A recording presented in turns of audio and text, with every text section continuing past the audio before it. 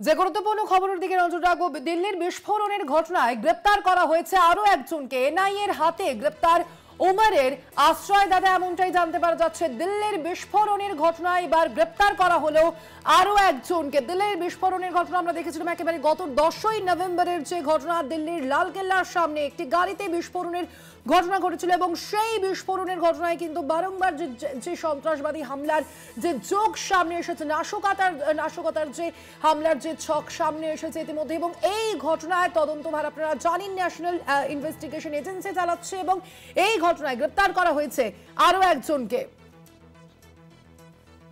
দিল্লির বিস্ফোরণের ঘটনায় গ্রেপ্তার করা হলো আরো একজনকে। ন্যাশনাল ইনভেস্টিগেশন এজেন্সি গ্রেপ্তারি করেছে বলেই জানতে পারা যাচ্ছে। দিল্লি বিস্ফোরণের ঘটনায় গ্রেপ্তার করা হলো আরো একজনকে।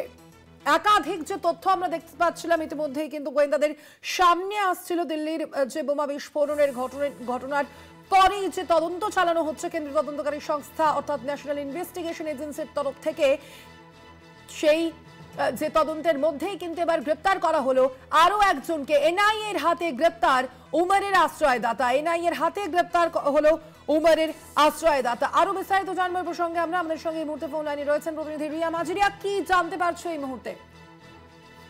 দেখো, এনআইএ ইতিমধ্যেই সোয়াব তাকে গ্রেপ্তার করেছে হরিয়ানায়। এই উমর উন নবী তাকে ঠিক বম্বিং এর আগেই থাকার যে জায়গা বা আশ্রয় দিয়েছিল, এই সোয়াব তাকে আশ্রয় দিয়েছিল বলে এমনটাই এনআইএ জানতে পারে তাদের ইনভেস্টিগেশনে, এবং তারপরেই তাকে গ্রেপ্তার করা হয়েছে বলে এমনটাই কিন্তু এনআইএ সূত্রে জানা যাচ্ছে। সোয়াবকে গ্রেপ্তার করা হয়েছে এবং সোয়াব শুধু তাকে থাকতে দেয়নি, লজিস্টিক্যালিও সাপোর্ট করেছিল এই দিল্লি ব্লাস্টে।